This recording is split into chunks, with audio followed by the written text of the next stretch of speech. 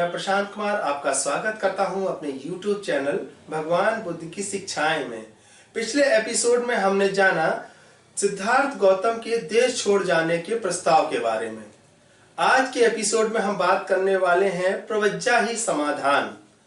सेनापति ने कहा, तुम्हारा सुझाव स्वीकार करना कठिन है, क्योंकि यदि तुम स्वेच्छा से भी मृत्यु अथवा देश निकाला स्वीकार करोगे तो भी कौशल राज को इसका पता अवश्य लग जाएगा।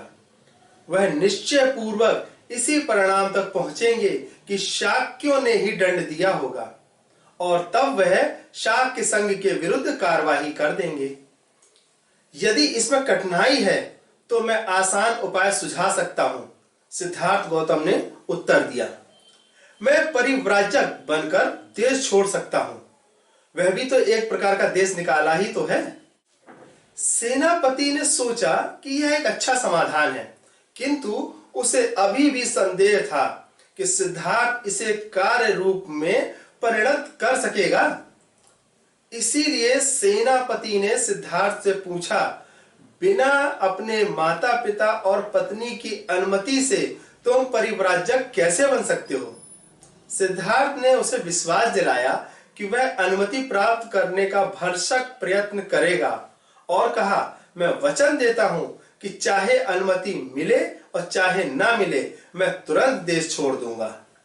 संघ को लगा कि सिद्धार्थ का सुझाव ही एकमात्र अच्छा रास्ता है, वह सर्वश्रेष्ठ हल था।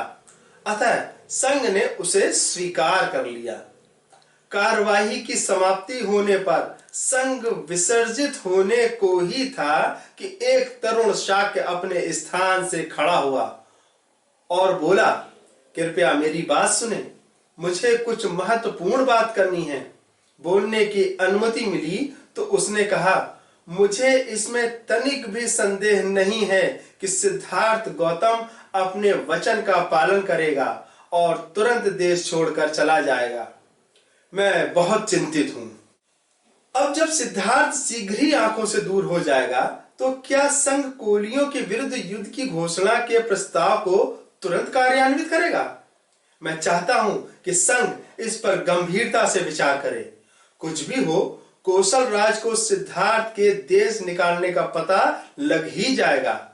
यदि शाक्य तुरंत कोलियों के विरुद्ध युद्ध की घोषणा करते हैं तो कौशल राज समझ जाएगा कि सिद्धार्थ ने इसीलिए देश छोड़ा होगा, क्योंकि वह कोलियों के विरुद्ध युद्ध छेड़ने का विरोधी था। यह हमारे लिए अच्छा नहीं होगा। इसीलिए मेरा प्रस्ताव है कि हमें सिद्धार्थ गौतम के देश छोड़ने और कोलियों के विरुद्ध वास्तविक युद्ध छेड़ देने के बीच कुछ समय का अंतराल देना होगा, ताकि कौशल राज इन दोनों घटनाओं में संबंध स्थापित ना कर सके। संघ को लगा कि निश्चय ही यह प्रस्ताव महत्वपूर्ण है। इसका औचित्य समझते हुए नीति की दृष्टि से इसे स्वीकार कर लिया गया। इस प्रकार शाक्य संघ का यह सत्र समाप्त हुआ और इस अल्पमत में जो युद्ध का विरोधी था किंतु जिसमें अपनी बात साफ साफ करने का साहस नहीं था, उसने संतोष की सांस ली कि अत्यंत भयानक स्थिति से किसी न किसी तरह पार हो गए।